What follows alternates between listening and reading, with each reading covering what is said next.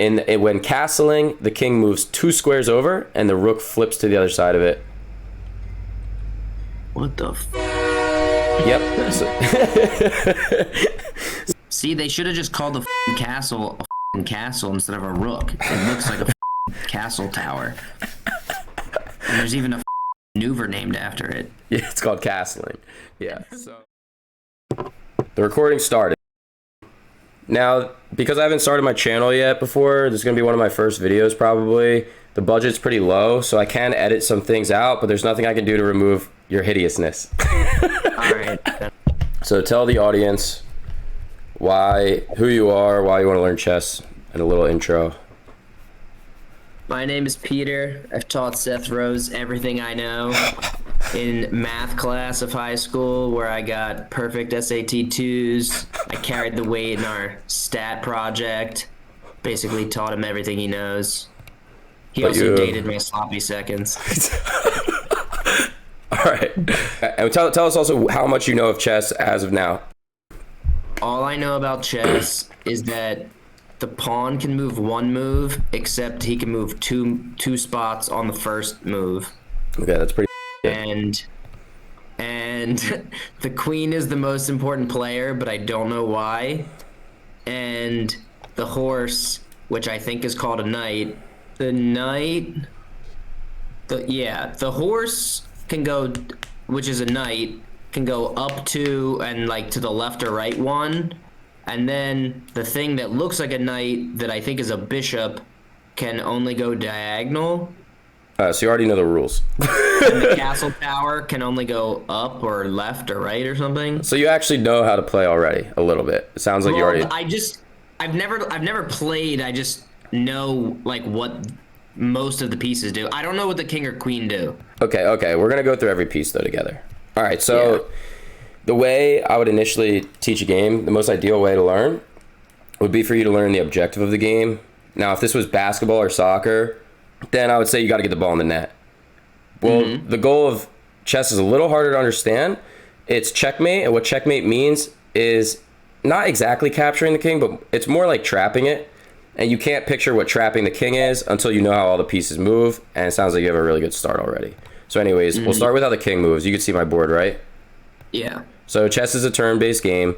So that means I go, you go, vice versa, and white always starts. So the king can always go any direction but 1 square. So he's pretty slow in that sense because it's a turn-based game. If you wanted your king over here, that would take a whole lot of different moves to do that. So there is a sense of time. So anyways, the king can go 1 square, and then it'd be your turn. You'd go here, I'd go here, here, here, and if you go here, then I can capture you. Yep. Okay, now chess is a little smarter than that, in that you can't, if I was here, you can't put your king next to mine, and then I could go, oh, I got your king. You're not allowed. It's actually not allowed to put your king in danger like that in a 1-move turn. So you're not allowed to go here. That's not a legal move because my king would just be able to step on your square and get you. All right. So the same goes for me. I'm not allowed to go 1 step closer to your king because that would just end the game in a stupid way. It's simply not allowed. So anyways, what that means is there's some sort of force field between the kings. It's not legal in a game of chess for them ever to be on a square next to each other. You'll never see this ever. So there's a force field.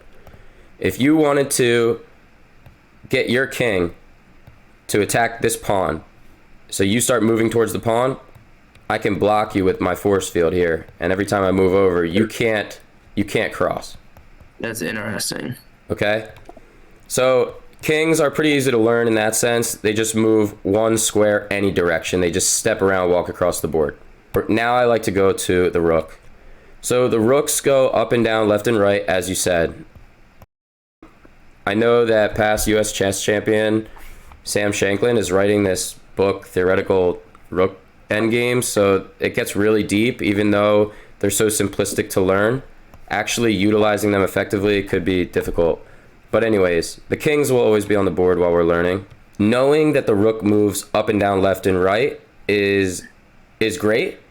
It's where you need to start, but it's not enough to start really seeing the board the way I want a new chess player to see the board. I want you to think about the rook's possible moves as a sort of a vision. So, by the way, these coordinates down here, A, B, C, D, E, F, G, H, and 1, 2, 3, 4, 5, 6, 7, 8, they don't do anything for the game except make it easier for us to talk about. It's just a coordinate. So if I say move the rook to D8, you would find the D file and go up to the 8th rank. Okay? Sure. All right, so I'm going to give... So you're the white pieces. The rook can move up or down, left or right, so these are all legal moves. He can move one square just like the king, or he can rip across the board. If you're moving the rook on your turn, he can go as many squares as you'd like. So, now we're going to play your very first check. Because these are the possible moves for the rook, that is his field of vision. So what a check is in chess is when your piece can see the king. So where can you move your rook so that he can see the black king? B3. B3, good, because you saw that a vertical line of vision would now be applied to the enemy king. So back to where we started, we were here, I believe. Maybe we were one square over. Are there any other moves that you can play to check the king? Yeah, E8. Right. So you are checking the king horizontally now. So now you see from this position, there are two different moves available to check the king. Good. Now, this field of vision, because it checks the king, a check is danger.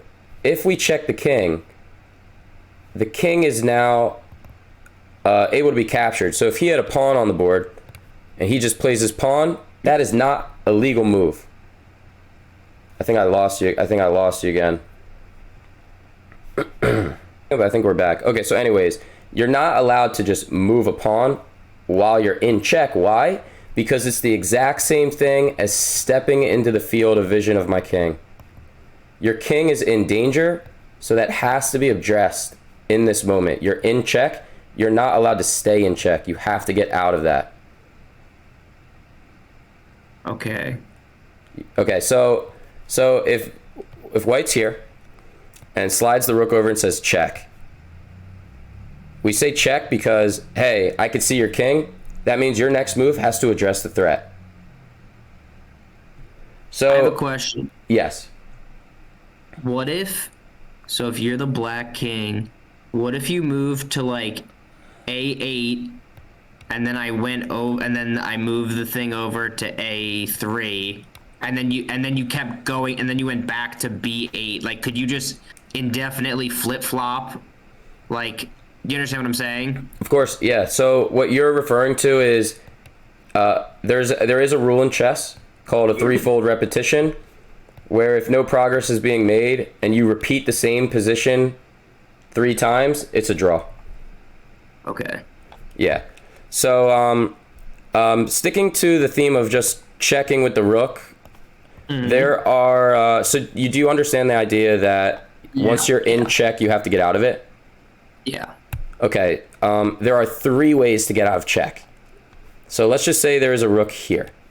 So the first way, if I come over and check you, the first way that we already saw is that you can get yourself out of the field of vision. Yep. You can also block the check. So if I come over and I check, you can ruin that field of vision by placing a piece in that line of sight. So now my rook can no longer see your king. It's blocked by your rook. The rook is basically a sniper, and you either need to get out of his crosshairs or get your friend to be the human shield. That's right. Now, and there's one more thing. Now, this is going to look stupid. So this rook could capture this rook right here, right? So if this rook was here and this rook was here, even if my rook was here, I could slide over and capture this rook. But let's say we're playing a game and white goes here, check. The last way to get out of check is by capturing the piece that's delivering the check. All right, that makes sense. Okay. Okay, so those are the 3 ways. You can step out of the way, you can block with an enemy piece, or maybe you have a bishop on this diagonal, all right? And you said that you know that bishops go diagonally. I'm jumping ahead. Yeah. Check. Well, this bishop, you can see it goes diagonally. boom, I take the rook. There's no longer a piece exerting pressure on the king. Okay. Okay. And so the goal is to kill the king. Yeah, so we're gonna get to that. But the queen has the most like move capabilities, I guess. Correct. Okay. So one more thing before we show you your first checkmate is that if my rook is here, instead of playing one of our 2 checks, if I just go here, okay, now I have my line of vision here.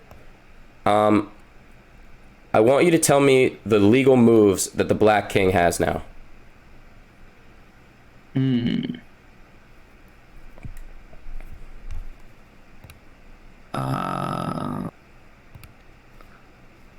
mean, he could go to A8 or C8. Can you go anywhere else? Not without being in check. Correct. He can't. These are the only 2 legal moves. So you did that correctly. Yeah. This rook exerts the line of vision, the line of sight, a force field, if you will, that the king cannot step into. So now, did you ever play that Basically, game? You've already won because like no matter like you have him trapped in the corner, like even if he keeps moving like in successive turns. Yeah, right? yeah. Like you have him stuck. You have him on the back rank. Even if he comes over here to try to attack your rook, you could just swing over to the other side and you keep him in this. You keep him in here. Yeah, so it's good that you're already able to visualize that. Now, there is a game that you might have played online a long time ago. It's not an online game. It's that game where there's a box and there's a ball bouncing around the box and you draw a line to slowly cut off the air supply of the ball. You know what I'm talking about? No. I'll have to find a video and edit that in post or something, but like there's a ball bouncing around a box and you click and it draws a line and you make the box that the ball bounces around in smaller and smaller. And then when the box is small enough, you go to the next round. But if it hits your line, you lose. Anyways, well, I was trying to draw an example of that. So I'm going to show you a checkmate now. Let's say we have another rook on the board. So these rooks, of course, they do have a line of vision up the board, but more importantly, across the board. So this king can't step down. So let's think of moves that we can play to cut off the air supply of the king and force him to the edge of the board. You could move the lower rook. You said you move the lower rook to where? To A4, I guess. A4, check, good. Now, the king can't move down the board, and he can't stay on his line, so he has to go up. So then, do you have the next move? Yeah, move the other lower rook to B5. Yeah. Right, so you got it pretty quickly. This is a ladder checkmate, as they call it, because you keep creating this some sort of ladder type pattern up the board until finally the king is on the back rank, stuck as he was before, but this time we have another piece helping us shatter the rest of those squares, and that is what a checkmate looks like. Why? Because first of all, the king is in check, and second of all, any square he moves to, he's still in check. Gotcha. That is what checkmate is. He's got a mate to help check him. Correct. All right, so now you've seen the kings, you've seen the rooks, and you've seen your first checkmate. Now let's go to the bishops. Bishops, as you said, move diagonally. Trying to draw a bunch of diagonals so we can see that. And they always go diagonally. And you always start with 2 bishops on opposite squares. Now, a slightly more complex idea. It's not complex to understand it, but it's complex to execute and use it, is the color complex of the squares. So even though the board is checkered, it's split into 2 colors, light and dark. And the bishops, by the nature of them moving just on diagonals, are confined to their color. So my light square bishop will never be able to go on the dark squares. So when we talked about this field of vision that the rook had, we said he can see these squares. A bishop is the same way. The bishops can see these squares, but technically the bishop alone can only see half the board because it can only see the light squares. So should you continue your chess career, you will commonly hear the bishop pair. The bishop pair is highly powerful because it's good to have both these guys because together they cover all the squares. Now, another good thing about the bishop is, so rooks are generally seen as stronger than bishops and knights, and it's just because they're really easy to use. They have a large scope on both color complexes. So they see a lot of squares, and they can zip across the board really fast. A bishop can zip across the board really fast too, but only on its one square. So it is pretty strong. Okay? And that's pretty much it for bishops. Oh, we'll just move on. And then I like to teach the queen. And when you were saying, the reason why it's nice to teach the queen after the rook and the bishop because the easiest way to think of it is it's a combination of a rook and a bishop. Okay. So this queen can move up and down, left and right, just like a rook. And it can move it can move diagonally just like a bishop. So basically the queen is a king, except instead of going one square, she could go infinite. Yes, that's also a very good way of thinking about it. That's correct. And notice she always covers the squares all around her just like a king. Yeah. Yeah, and she can go all directions. Now, just to be clear, don't mistake the queen can go in the direction that she starts traveling diagonal. Some people think the queen is like when they first start learning chess, they're like, oh, I could just place her anywhere. She's not like that. Like if she's on a dark square, I can't move diagonally to this light square. Yeah, of course. Okay. Like, so if you wanted to get the queen here, what's a path you could take? 2 moves you can take to get there. Yeah, you'd go to G4 and then up. Yeah, you can go here and then up. Yeah. Or up. Or you could go up and then if this is the square, you could come here and then here. You come here, then here. You can come here, then here. And this is another reason that the queen's so powerful. She has so many options for getting to the same square. She can come down and then there. So she's very maneuverable. Gotcha. Yeah. All right. I'm gonna set the board up because when you play online, it's gonna set up. Wait, the pawns can just go one thing in any direction, like, or they can only go up and back. Yeah. So even though pawns are supposed to be the most basic piece, I teach them last because they're actually the most intricate piece. So they definitely are.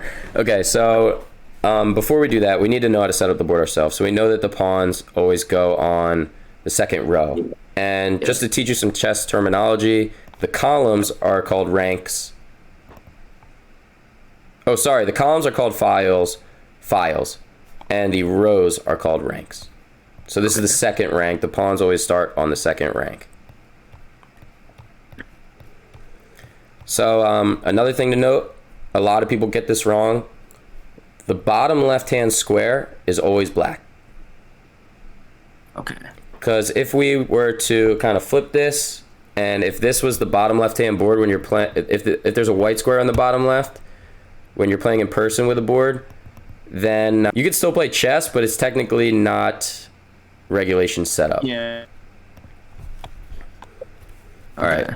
These 2 center spots are always held by the king and the queen, and the way to remember which goes where is that the queen goes on its colors. If I have the white pieces, she goes on the light square.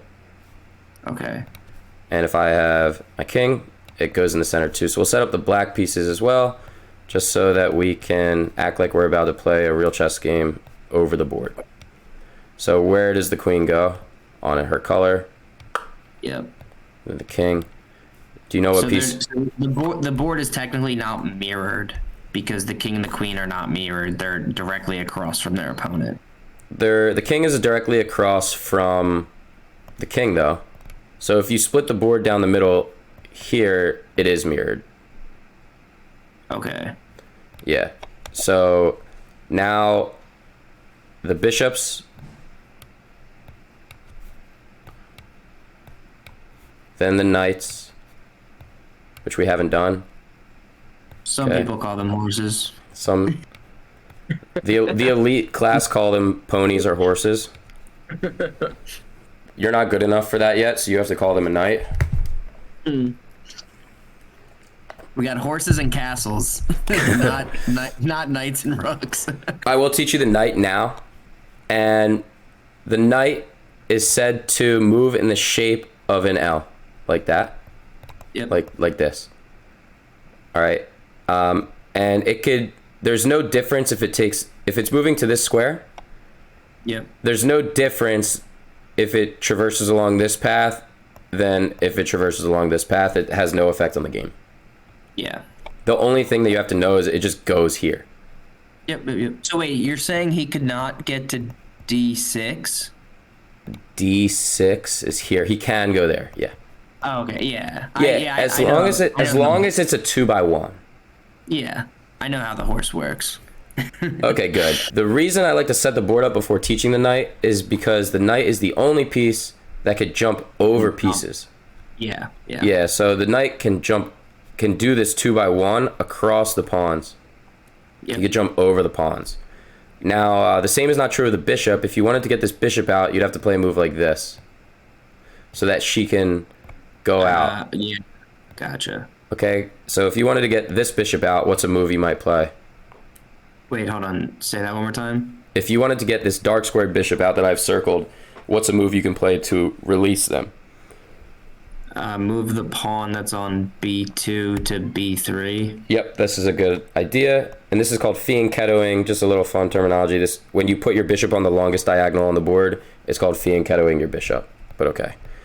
That was literally the only move to make because the other pawn on D2 is blocked. It was in the way. Actually, this pawn can go forward as well. You could go here. Yeah.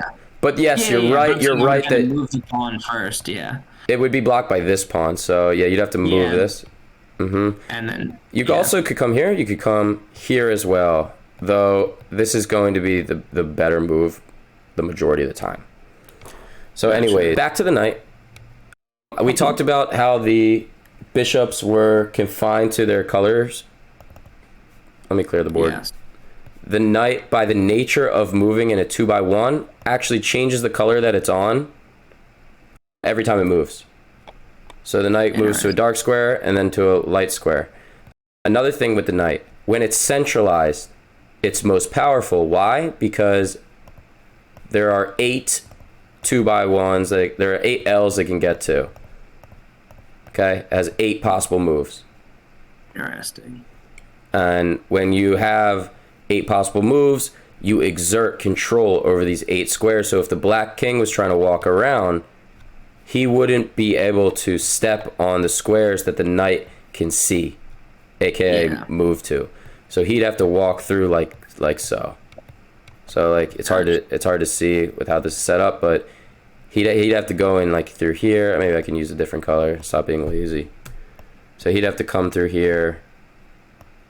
Kind of like blue better. Right? He'd have to tiptoe through the minefield. Yeah, and he could capture the knight, but yeah, he'd have to. That's exactly right. And this is probably the most difficult part about chess is that these circles aren't on the board for you.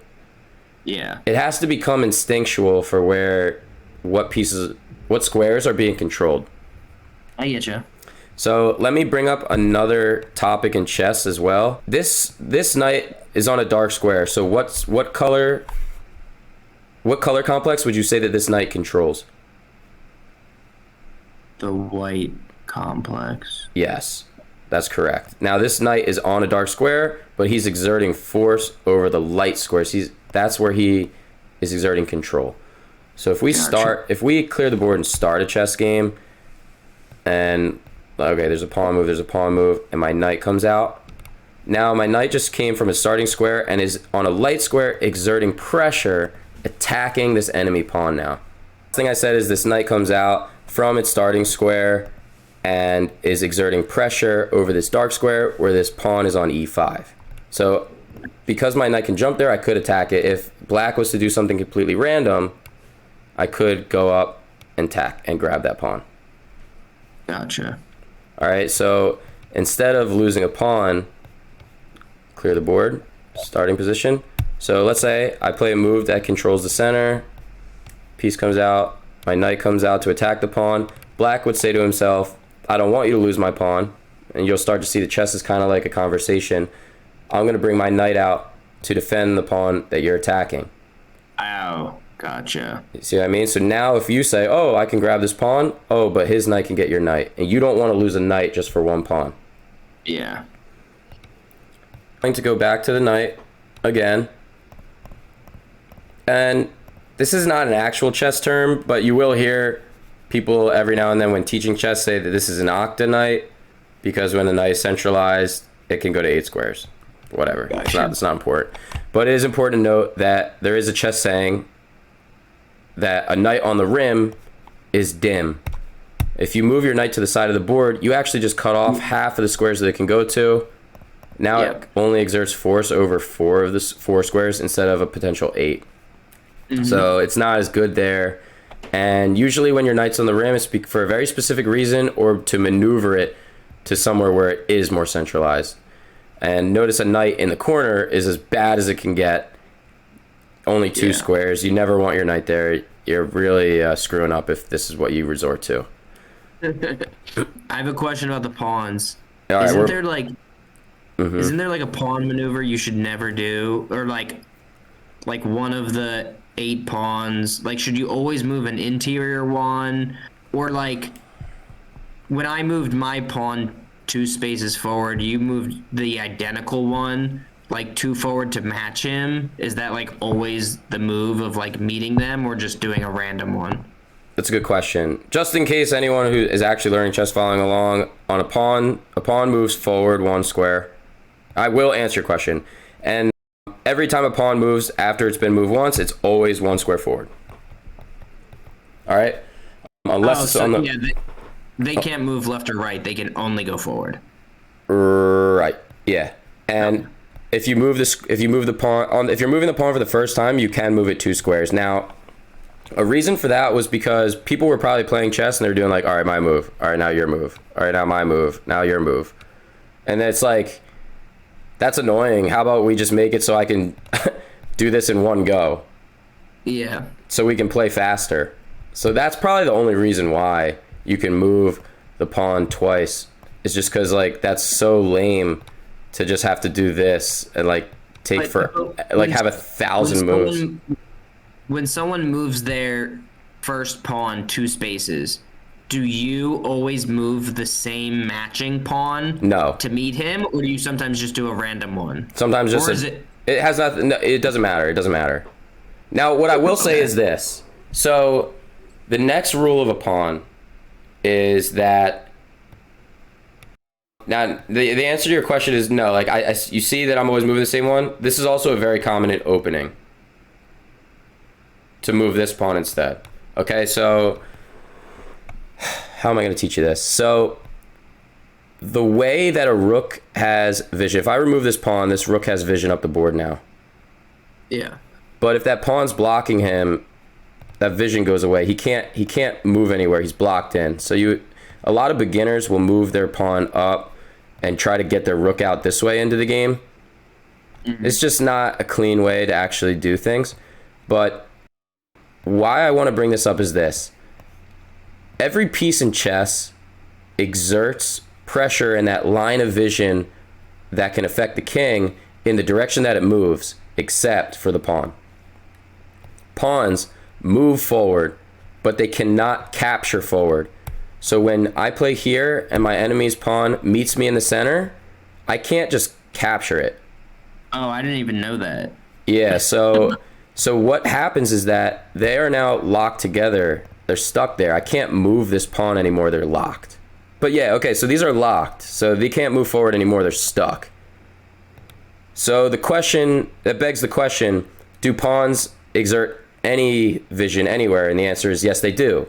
So the way a pawn exerts pressure is diagonally 1 square. That is the pawn's line of vision. Okay. Yeah, see, you see that pawns are becoming more intricate. A lot of rules, there's a lot of rules with pawns. So if this pawn comes here and blocks me, I can't move forward. But if there's a pawn that comes next to my pawn, I can now capture this way. Okay. So they can only literally only move forward, not back or side to side. But although they can move forward, they have to kill diagonally. That's correct. That's correct. They can't kill. They can't kill forward. They kill diagonally forward. And what you said about them never going backwards is very true. There are a lot of positions. Every time you make a move in chess. So now that you know that pawns see diagonally, all your pawns are seeing diagonally. So in the very beginning of chess, we exert a lot of control over the third rank because all of our pawns are there just lining up, controlling them. You kind of see that? So every time you make a move in chess, you gain a new advantage and you give up an old one. So in a first move of chess, this is a very common one, playing either the king's pawn or the queen's pawn. And when you move that, this pawn is no longer controlling those third rank squares. You gave up the advantage of that pawn controlling those squares, and you traded it in for controlling a more centralized square.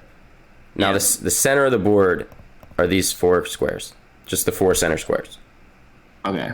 And the reason why you're asking how come you're always moving these center pawns is because it's kind of just ingrained in me to control the center. And you want to start by controlling center and space with your pawns. And the way to control squares in the center with your pawns is by just getting that pawn out there. So I move it twice into the center. And then the black player would very commonly respond, hey, I don't want you to have all the center to yourself. I'm going to shove my pawn in the center too. But okay. So the reason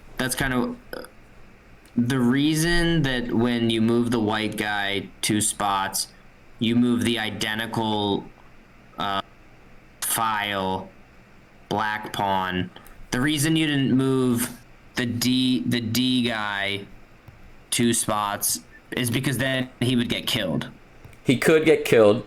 And this the thing about chess is this this is just because you can do something doesn't mean you will. I get you. Yeah, but people do play like this too. It doesn't make it wrong because if you move it here, you're saying that I don't want your pawn to.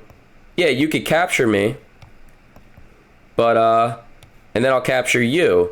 Now I no longer have a pawn controlling this square, and you no longer have a pawn controlling this square, and it's just really not important to really think about strategy this early yet because you still have some more rules to learn. But you'll see guys doing all kinds of crazy crap. Like you'll see guys doing this, and you're like, okay, I'm just gonna really control the center here, and then they'll do this, and then you're like, what are you doing? I don't know. There's too many different possible things they could do, which is why it's never recommended to someone just learning to start memorizing moves. It's not beneficial to you. But yeah, so the way I'd rather you think about it is it's about controlling the center. So by playing here, yeah, you want to get a pawn controlling the center so you could mimic. And even if you play with the queen's pawn, this is also a good move. Just freezing it. Now, I'll go back to one other theoretical thing where I said this is a very common move. What could be the point of this? The point is that even though this isn't one of the center pawns, this pawn does exert diagonal pressure on these center squares. Gotcha. So the idea is that if I play my center pawn up, you trade a wing pawn for my center pawn, and black is trying to say, I got to trade one of my wing pawns for your center pawns at the end of the exchange. So, and then black will say, eventually, even though white has a pawn here controlling the center now, I will eventually fight back with my extra pawn in the center to win the center and win the game. Gotcha. Okay, pawns block our pieces. We have to move them in ways that facilitate piece development. Yep, I get that. Except for our knights can just come out. We want our pawns to fight for the center. And we can develop our queen a little bit. Now, the next rule is castling. Castling is designed to make your king safer. Now, the king can move only 1 square, right? Castling is a way of making the game, not only protecting your king, but also it makes the game far less dry. And the reason it makes it less dry is because in this starting position, the example I gave for using our pawns to clear a path for our pieces to enter the game. See how nicely things kind of unfold? Yep. But these rooks is like, how would I get my rooks into the game? I'd have to do like this and then get my rook in, then I'd have to do this and then this. It's like, it's so many moves to have my rook play a role, and then I'd have to spend all this time to get my king somewhere safe too. So that would suck. So that's not part of the game. There's something called castling. It's a one move where you get to move your king and rook in the same move. Your king okay. instead of the king moving one square when castling, the king moves 2 squares over and the rook flips to the other side of it. What the Yep.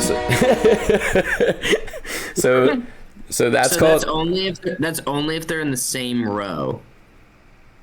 Or is it only if they're in the back row? Yeah, so there are some conditions to this. Let me clear the board. So the conditions are this. The king can castle on both sides. Now, whenever the king castles, he always only moves 2 squares instead of 1. The path between him and the rook must be clear, which means that in the beginning of a game, this knight and bishop are in the way. So you'd have to develop this bishop, get the bishop out.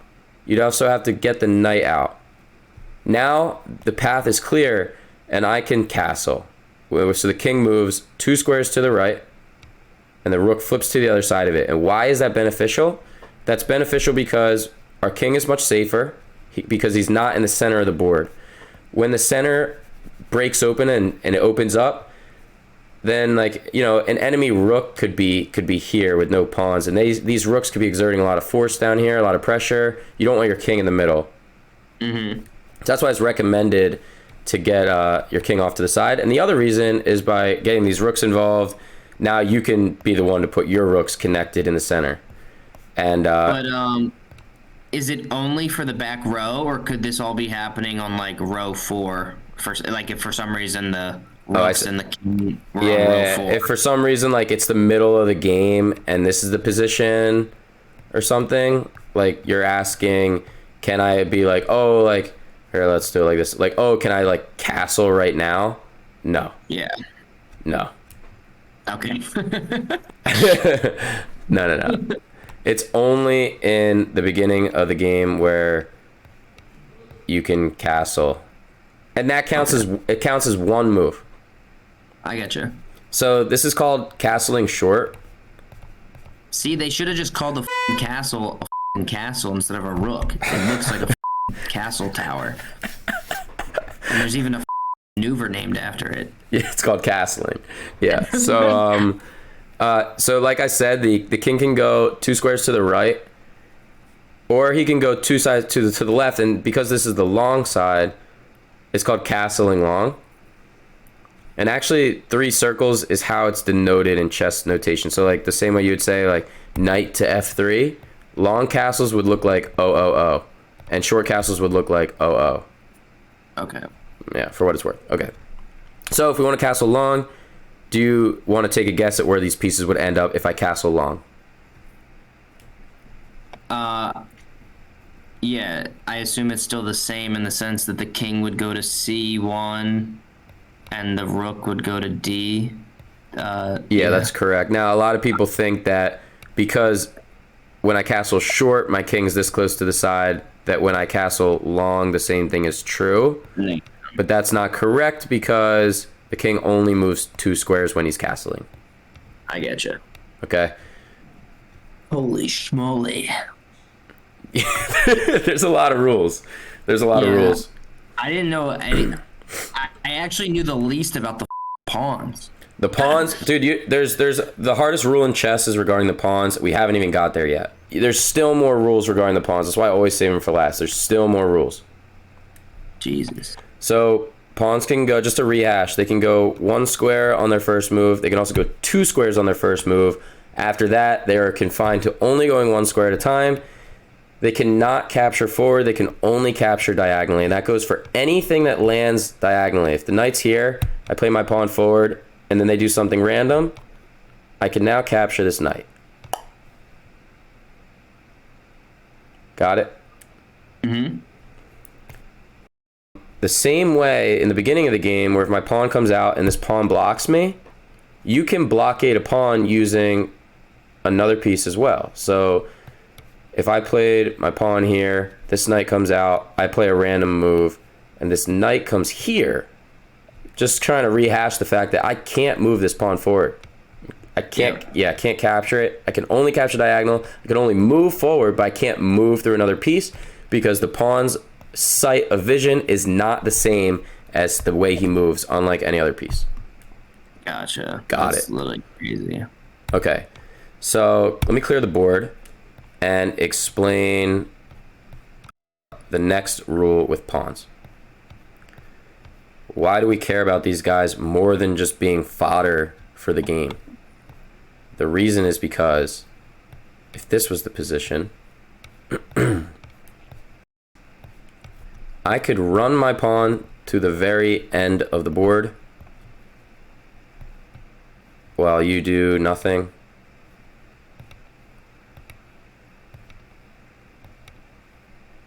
And if my pawn gets to the end of the board, I get to promote it to any other piece I want.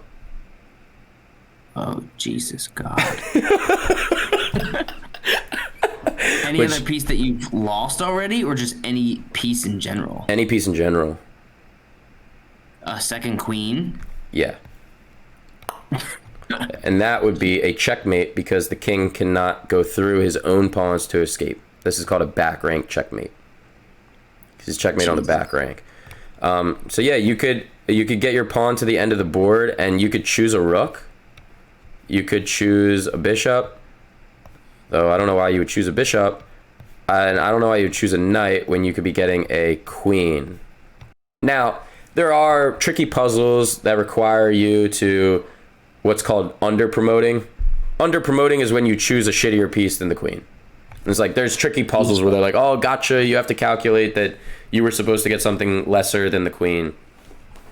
For the most part, 99% of the time, you're going to grab the queen. Okay.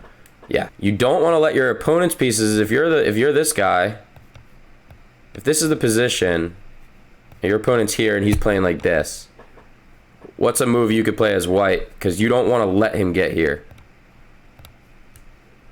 Move the rook to h1. Yep.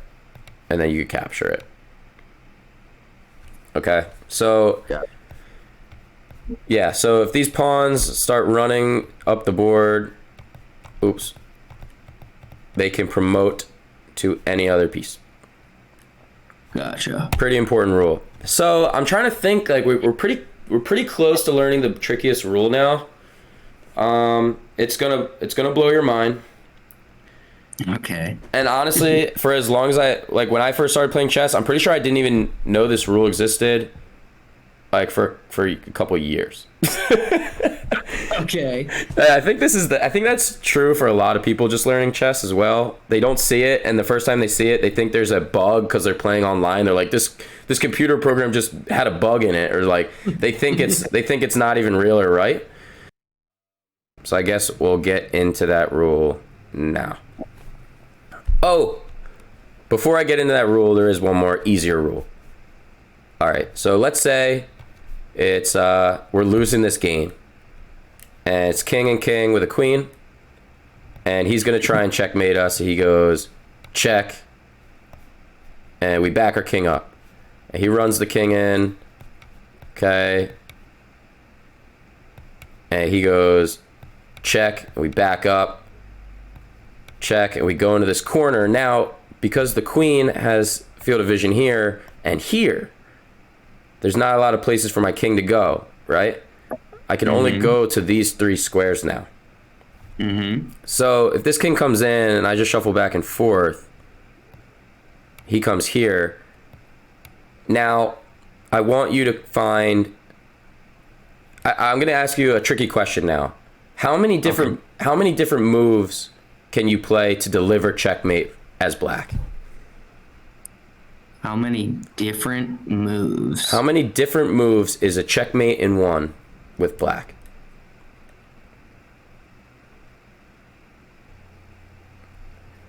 And just to rehash, a checkmate means that you have to endanger my king and also have no escape squares for him.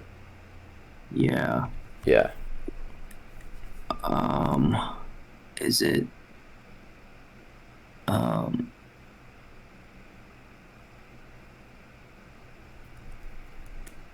Is it? Wait, no way. Hold on. One. Is it like 10? Final answer? I guess. So you might have miscounted. Now, I want to just rephrase the question. Yeah. I'm not asking you how many checks you have. I'm not asking you how many different places can you put the queen so that her field of vision is in line with the king. I'm asking how many places is it checkmate? Okay. And I don't know how you came up with 10 anyway. I was thinking like how many different spots can the queen and king, can the black queen and king move to like always be seeing him? Like where he doesn't have an escape route. I guess you just tell me, because I'm... Okay. We're thinking about checkmate. So the first one is the queen could shuffle along this rank and come right here. Check.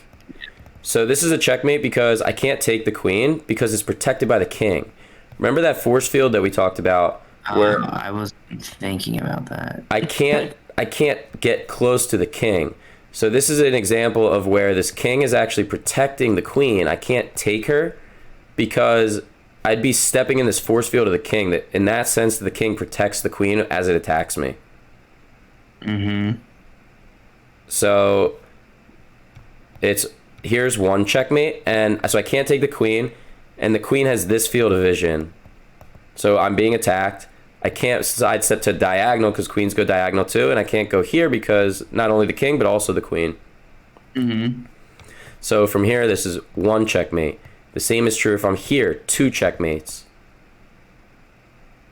Because I'm now being attacked diagonally, I can't capture the queen. I also can't go up or down. So that's a checkmate. Gotcha. And the answer to this problem, how many checkmates are in the position, is 5. So there's 1, 2 that we found. And because if I remove the queen from the board, it might be easier to see. Because of this force field, we see that my king is stuck on this back rank. The same way that when we learned about the pawn promotion, how this king was back rank checkmated when we ran our pawn up the board and it became a queen. And the king couldn't escape. So he got checkmated back here because your piece can't go through your other pieces. Yeah, so this king is kind of playing the role of stopping my king from getting out. So if you can deliver a check on this back rank, that's also a checkmate. And there's 3 ways of doing that. The queen can come straight down. Check. I can't come up because of the king. So you see how that's... Or she can go... Yeah, so there's 3 here. So check also goes to the back rank. This also goes to the back rank. So it's 1, 2, 3, 4, 5. Now maybe you were calculating, oh, my queen can come all the way up here and check. But then the king could sidestep out of the way, off of this diagonal. So that wouldn't be a checkmate. That would just be a check. Okay. Now tell me one of the 10 other things that you were looking at just so I can try to diagnose. No, I was more so thinking like I was counting, like for example, the back row I was counting as like possible places you could checkmate. Yeah, but I guess it was really just the 3 directly beneath her. Well, so those were 3, and then that was But then I was also thinking, that the king could move, but I guess like because he's the most like if the black king moved to B2, like even if the white king then killed him, like your black queen then wins. But if you lose your king, you lose, right? That's right, which is why this king is not even allowed to get close to my king. Yeah. Yeah, so there's always this constant force field. So because of that, there's no way you can check my king with your king. Okay. Now, you can check my king with a king move if this was the position where the queen wants to be able to see my king. So you might play queen to b4, which is now a check because the queen sees my king. Yeah. But the king itself would never be able to apply the check to my king. Okay. Okay. So that's a tough puzzle for when you're just rehashing how the pieces move, like really tough. Yeah. Okay, so I just finished recording with Peter, and I realized I forgot to show him what a stalemate is. So in this position, where I asked Peter what were the possible different checkmates, and there's 1, 2, 3, 4, 5. There's also one more There's also one more move I wanted to show, where what if the queen moved to c2? Now the queen controls these squares and b1 diagonally and c1 diagonally. So where can the white king go? And the answer is the white king can't go anywhere. So because there's no passing in chess, this is now a stalemate. So the king can't move anywhere. And because I can't make a legal move, and I'm not being attacked by the enemy, because no enemy piece can see me. This king only exerts pressure on these squares right next to it. This queen only exerts pressure on these squares diagonally. Technically, it exerts pressure on all of these squares, none of which hit my king. So I'm not in check, but I have no legal moves. So that is a stalemate. Now, if I had a pawn right here, even though my king has no legal moves, I have a legal move. I can move my pawn, and then I could get checkmated next move. But because I actually have nothing to do besides move my only piece left, and I can't do that legally, and I'm not in check, that's a stalemate. So I just wanted to make sure I included that. Oh, I need to redo this whole thing. Yeah. All right, so now let's just jump into the hardest rule of chess. Okay. Okay, so what was happening, I think, and by the way, I kind of just make this history up. I've never actually confirmed if this is true, what I'm about to say. But I think what was happening is that if someone was losing a chess game, that they would, so like, let's say this is the board, it looks like something like this. Okay, and like if I'm losing a chess game, I wouldn't want everything to break open, because then it's easier to kill my king. So if I could just if I could keep the position really closed like this, like if this was the position, something like that. I know I'm moving the pawns. Yeah, just like a wall of foot soldiers where you can't. Right. There's no line of sight for the more valuable people at the back. That's right. It's like my bishop can only go here. I can bring my knights out and castle. And yeah, I mean, unless you're prepared to, unless you're prepared to sacrifice a knight for a pawn, which you're not even sure about, like, if it's going to work really or if it's worth it, guys would just stop here and say, okay, draw. Which sucks. And there's already a lot of draws at high level chess. But if you lose a piece and you could just say, okay, my backup plan is I'm just going to close the position down like this so that no one can make progress. Because these pawns capture diagonally, so they're stuck. They're blocked. They can't go through one another. So then the game would be really dry.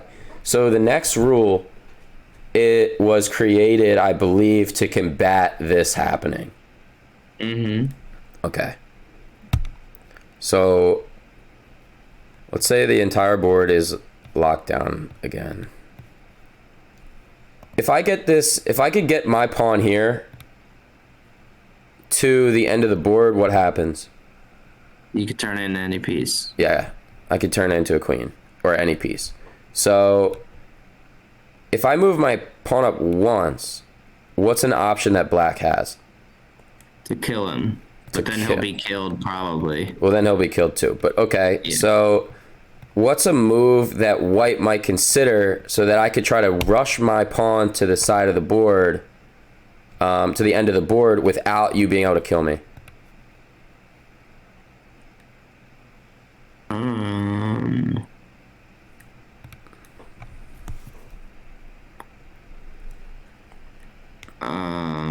Hold on.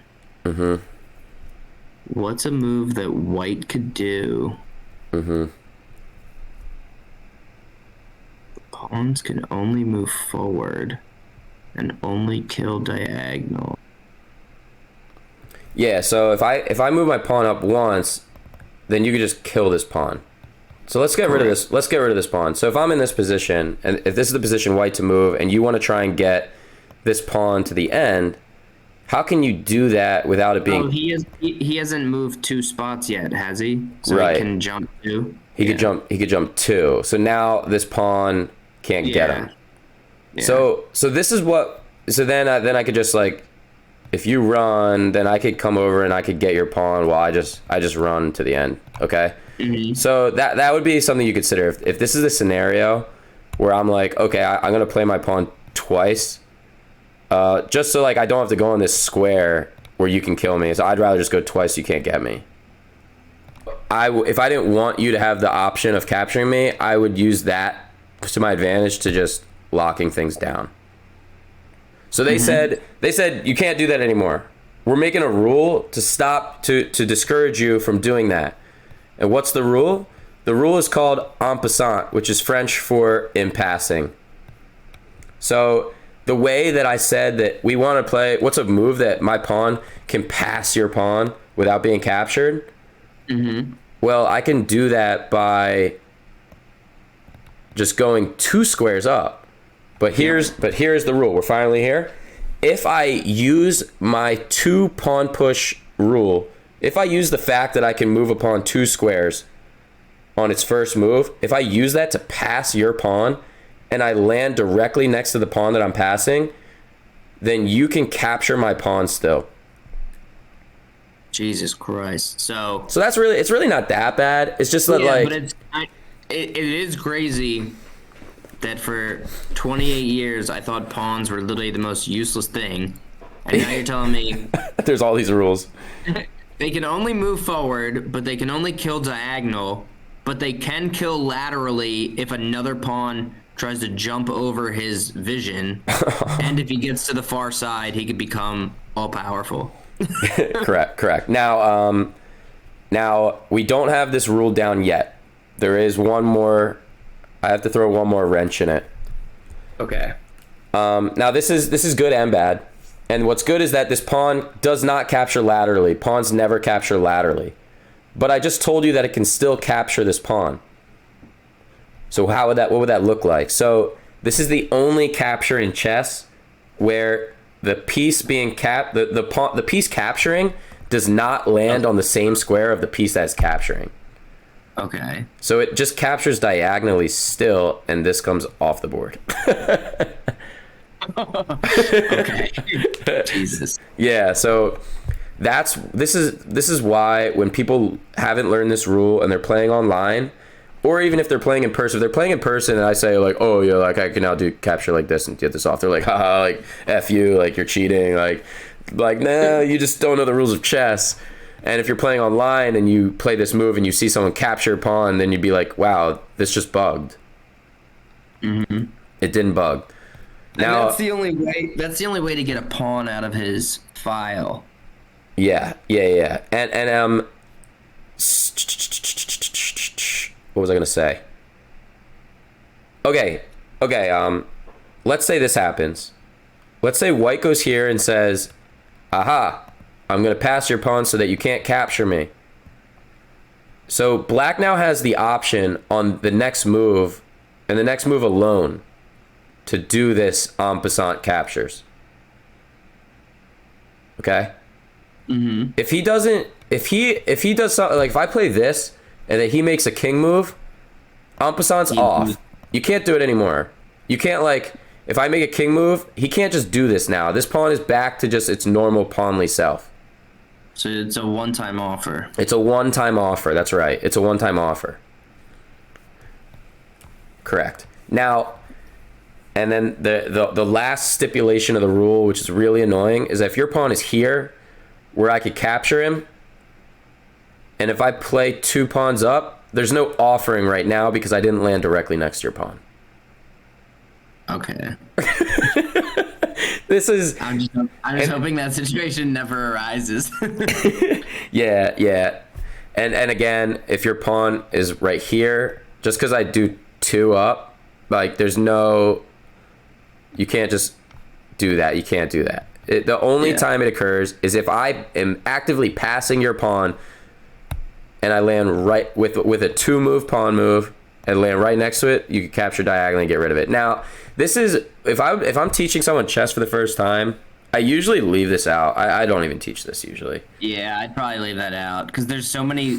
It's not. If it was just like, oh, if you do double and you land next to me, I could kill you, that'd be fine. But there's like a bunch of stipulations.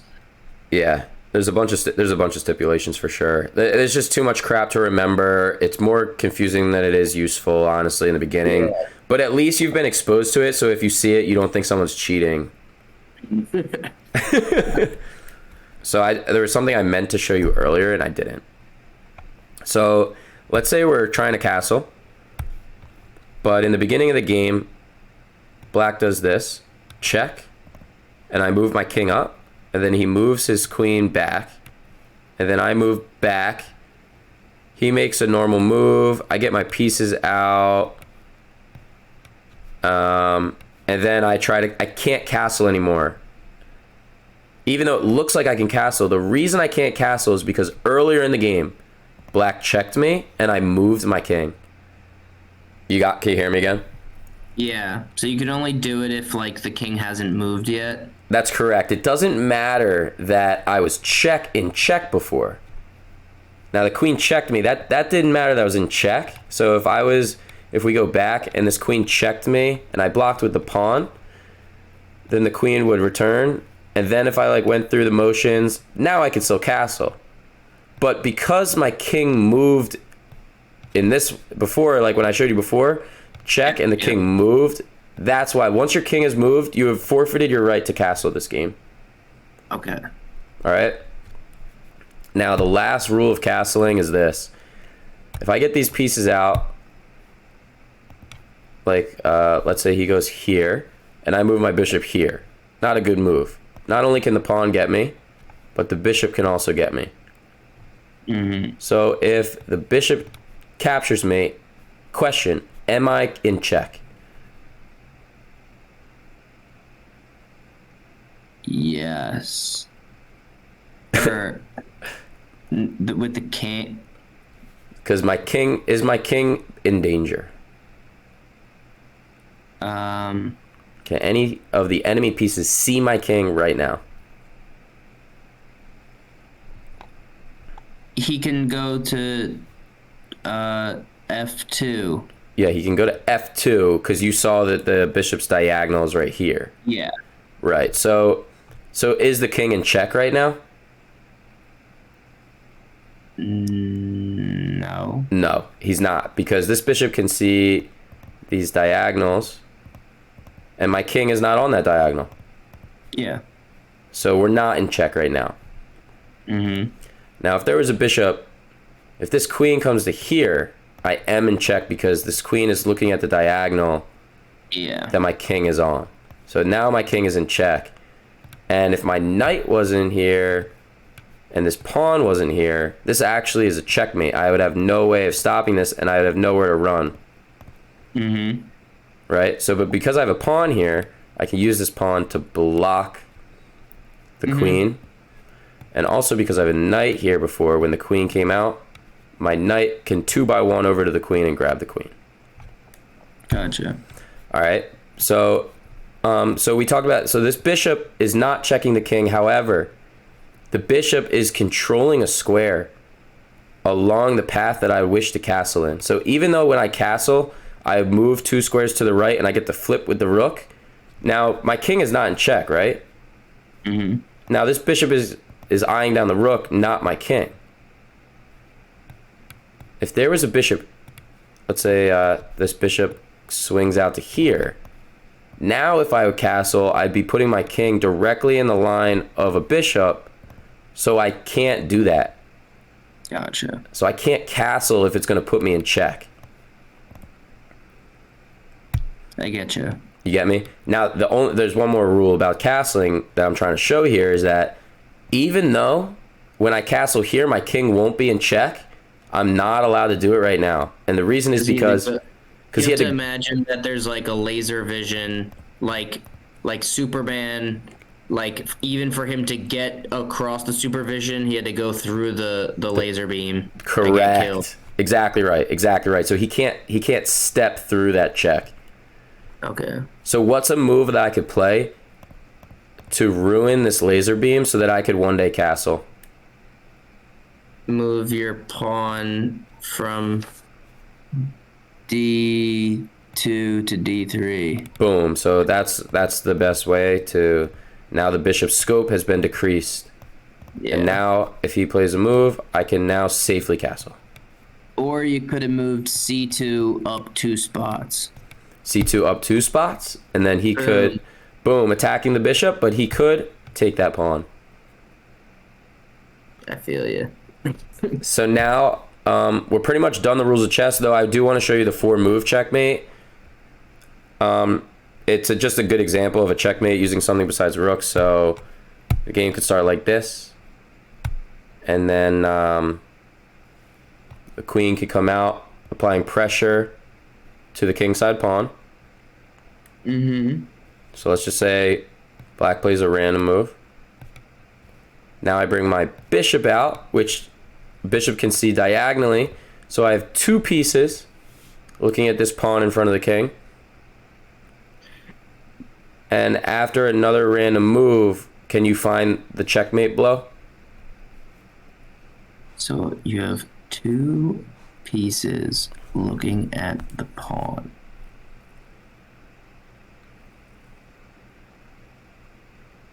Would it be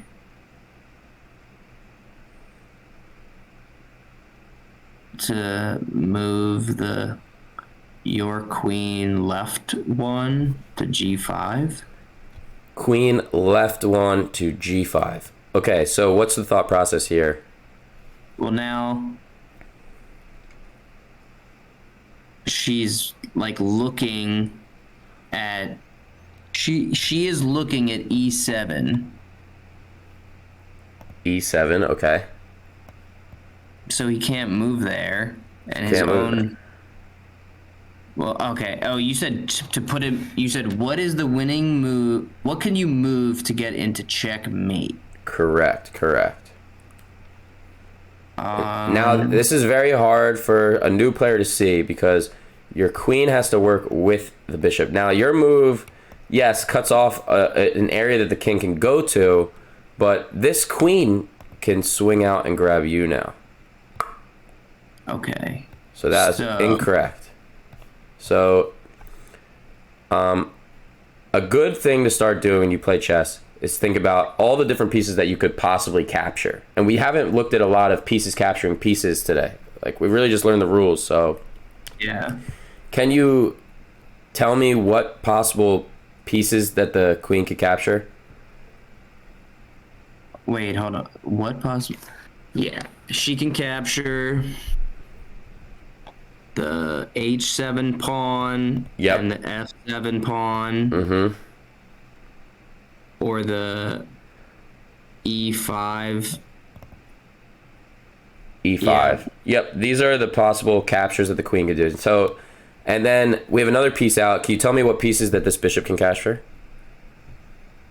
Yeah, just A6 or the other diagonal to the right, yeah. Right. So when our pieces work together, we could try to uncover the puzzle, but we could also try to for the queen to get that black pawn on E5.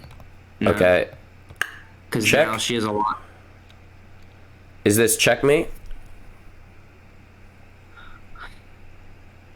Well, isn't she looking then directly at the king? And So there's 3 ways to get out of checkmate. The king has nowhere to run. You are correct. The king has nowhere to run. So the only other ways to get out of checkmate would be to either capture the queen. There's no pieces available to do that, or block. But his bishop could block by. And boom, cuts off the line of sight from your queen to the king. Also, this knight could jump a 2x1 to block. Gotcha. Also, this queen could block. So you said there's a move to win? Yes. Now, it has to do with something in common between the queen and the bishop. Is there a piece that they could both capture? Yeah, the pawn. Which pawn? On F7. The pawn on F7. So is there a move we can play regarding capturing that pawn that could result in checkmate?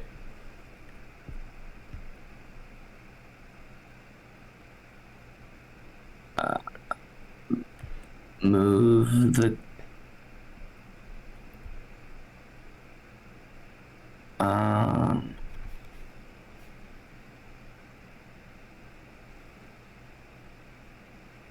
I guess move the queen to F7. Boom, checkmate. So, Because then, even if the king gets you, then you get him with your bishop. correct. So the game would be over upon me taking this pawn. So the king would never, like, that's game over right there.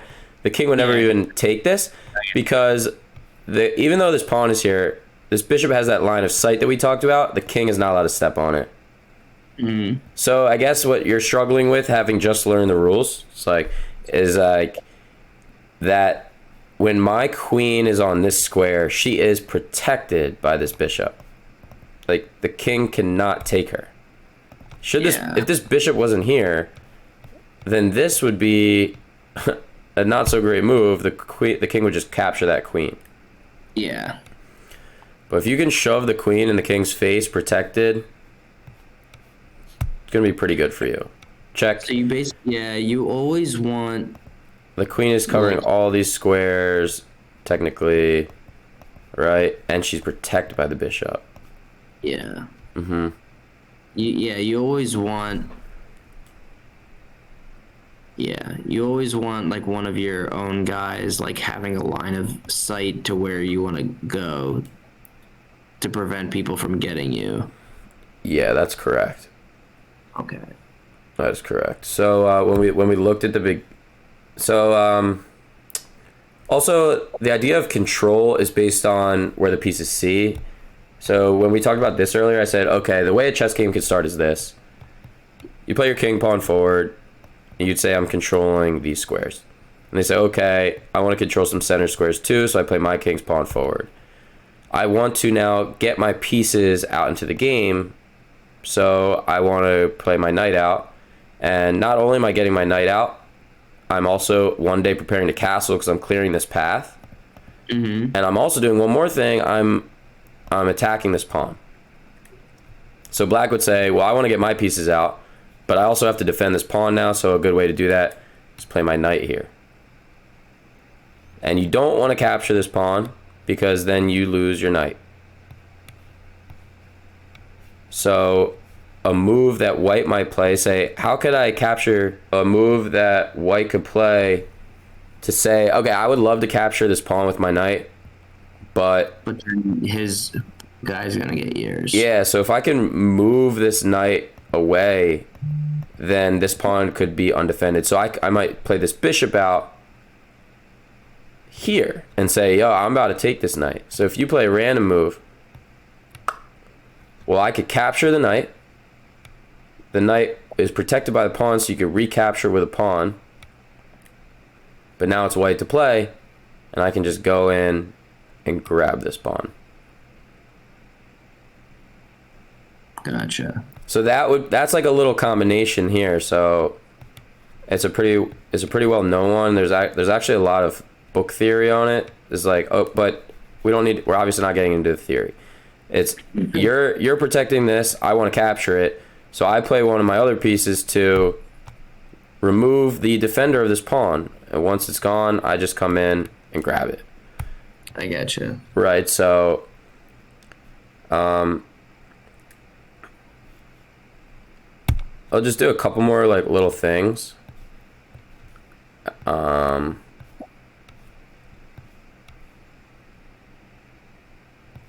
This is going to be a tougher one.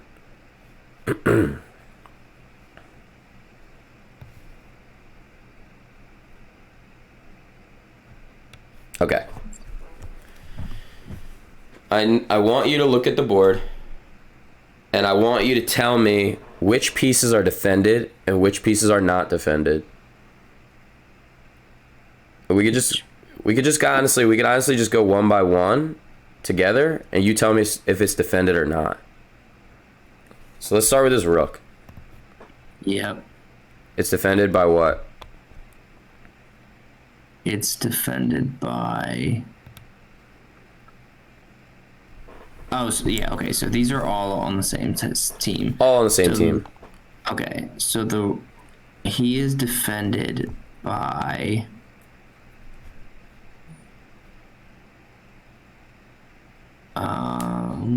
Yeah, this is a good exercise for just learning stuff.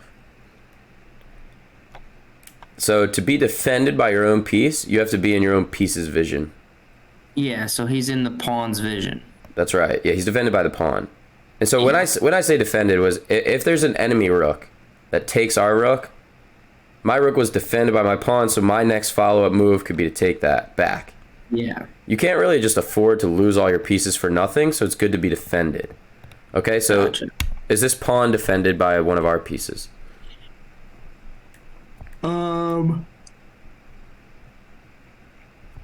Yeah, I mean, he can only move forward, so the rook would also be defending him. So the rook is defending this? No. So if the pawn moves forward, the rook would be defending it, but the rook doesn't have a diagonal influence. The pawn's defending the rook, but the rook is not defending the pawn. Yeah, and the bishop isn't helping him, and the queen is... yeah, she can go multiple, so she's defending him. Correct. The queen is defending the pawn. Okay. Is this bishop defended?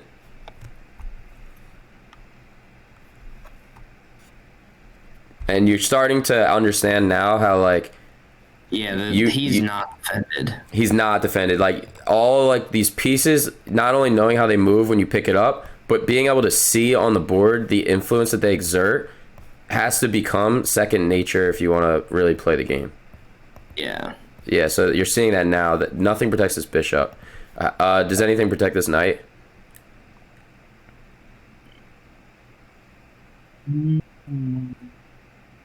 Only the left rook on a6, yeah. Are there any other pieces that defend that knight? Oh, the bishop diagonal. And the bishop.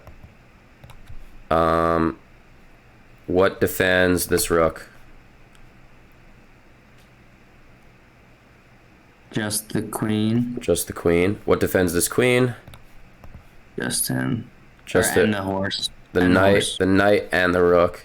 And are these pawns defended?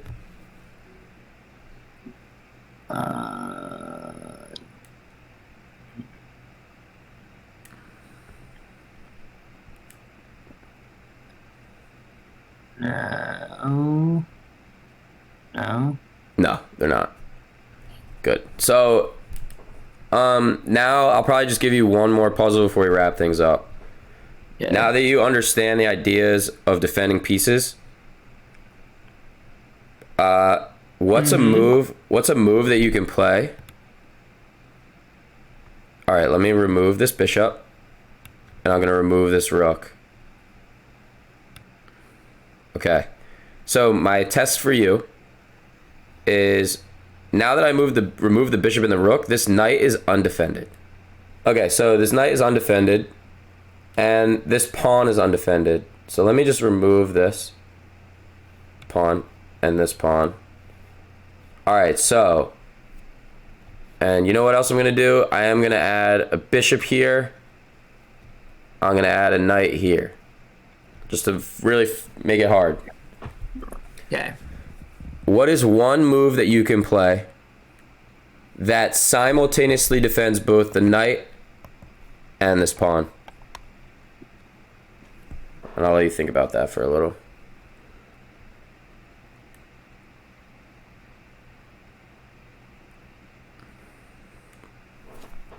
You move the bishop to e4. Bitch. Aha. Bitch. So bishop to e4 defends the pawn because bishops move diagonally, right? But how does the bishop defend the knight? Now you might have saw that the knight defends the bishop, but nothing is defending that knight yet, so that's incorrect. God damn it. I was like, damn, I'm a genius.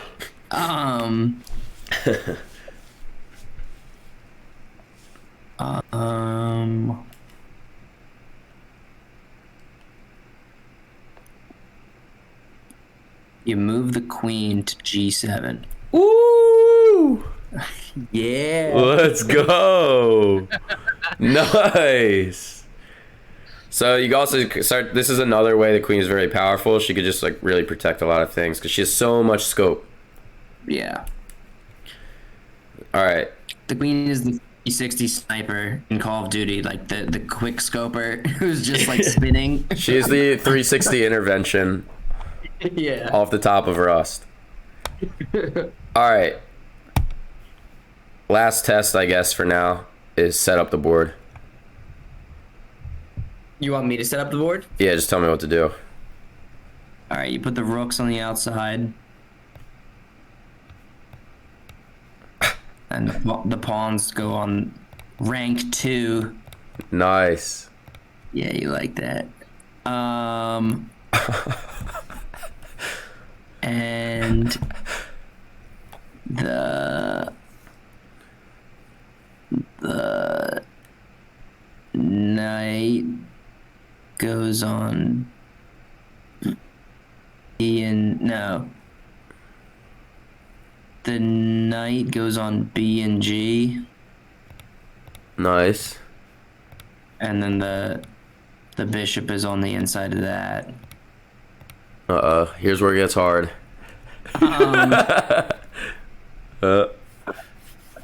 Said the queen is always on her color, so I think so. The queen should be on D. Oh yeah. Yeah. Nice. Pass with flying colors. Oh yeah. All right, you learn chess. All right, now I just need to fucking Now own you some should. noobs and then put you in your place. You should play a game. I'll play for some randos and some computers, and then I'll challenge you. Should we record your first game ever or no? No. No, not about it. Okay. No. Sweet. I guess that wraps it up. What are your final thoughts? I mean, I knew that you always had to like anticipate, your opponent's moves, and I obviously knew that meant like, given that the pieces all have different ways they can move, I obviously knew that was like the whole strategy. But there's definitely a lot more going on in terms of like the protection and the depth and the, you can't go through your own player unless you're the horse, which some people call the knight.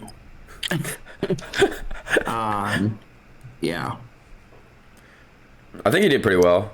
I mean, I was surprised how much you already knew. But yeah, it's clear that you haven't. The stuff that I knew, you probably taught me like 5 years ago, which is basically just like the directions the pieces can move. Right. Yeah, it was clear that you've never actually like sat at a board and thought about what sees what. Oh yeah, not at all, ever. Right. Okay. And I didn't even know that. I didn't even I knew I guess I don't know. I didn't even know that the pawns. I knew the pawns move forward, but I didn't know that they can't kill forward at all. Yeah, they can't. Well, So- unless... No, I'm just kidding. Yeah. I think I taught you every rule. I'm trying to think. Is there any other... I mean, there's rules involving the clock. When you play with the clock. Yeah. Oh, I'm pretty sure we hit everything. Yeah, you learned every rule of chess. Damn. I'll be spotlighted if I forgot one. Yeah, so the reason I have this haircut is because I was giving myself haircuts over COVID, and it was looking fine, and then I was like, I need a little more right here. I grabbed the clipper and I dropped the razor. I was like, oh my god, I didn't have a guard on it, and I just shaved my sideburn directly up. So I had to go to an actual barber who gave me like basically a skin fade up the side of my head, and now it's just growing. Now it's growing back a little bit. That's really funny. Okay, but I could also show you how to play a game, by the way. All right, show me. I want to know, is there like an opening move or sequence that you like almost always do? Yeah, my favorite is to play the queen's pawn, and then I go for a setup that looks like... But see, I got plus 18 because his rating was much higher than mine, and he got minus 6. It's also based on how much you play. But all right, long story short, you level off at a number that represents your rating. Gotcha. So your rating is probably going to be like 300. Okay. Because you just learned how the pieces move. I said, I guess we'll see where my rating is in a few weeks. A few weeks. I could crack the quadruple digits. I'll give you free chess lessons for life. Oh, I'm not sure you have the time. Yeah, by the way, any addiction that comes from this, that's a you problem. Gotcha. It will be addicting once you start getting the hang of things.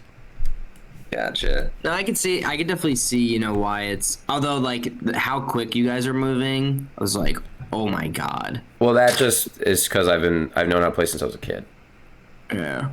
So I don't have to spend any time at all thinking about how the pieces move. Yeah. But when I started getting into chess back when I was in school, I didn't have to think about how the pieces moved, but I did have to think about how they work together, and I was always hanging pieces, so I was always moving pieces on squares where they could just be captured for no reason. So that even once you get a hang for how the pieces move, that will be something that you deal with for a long time. It's just like, I gotta stop giving my pieces away for nothing. Yeah. That's the majority of people in the chess world, always giving their pieces away for nothing. Like this game. Gotcha. All right, but we can cap it now. I think that's good. Yeah, I definitely learned a lot. Cool. Hope you were recording. I'll stop the recording right now.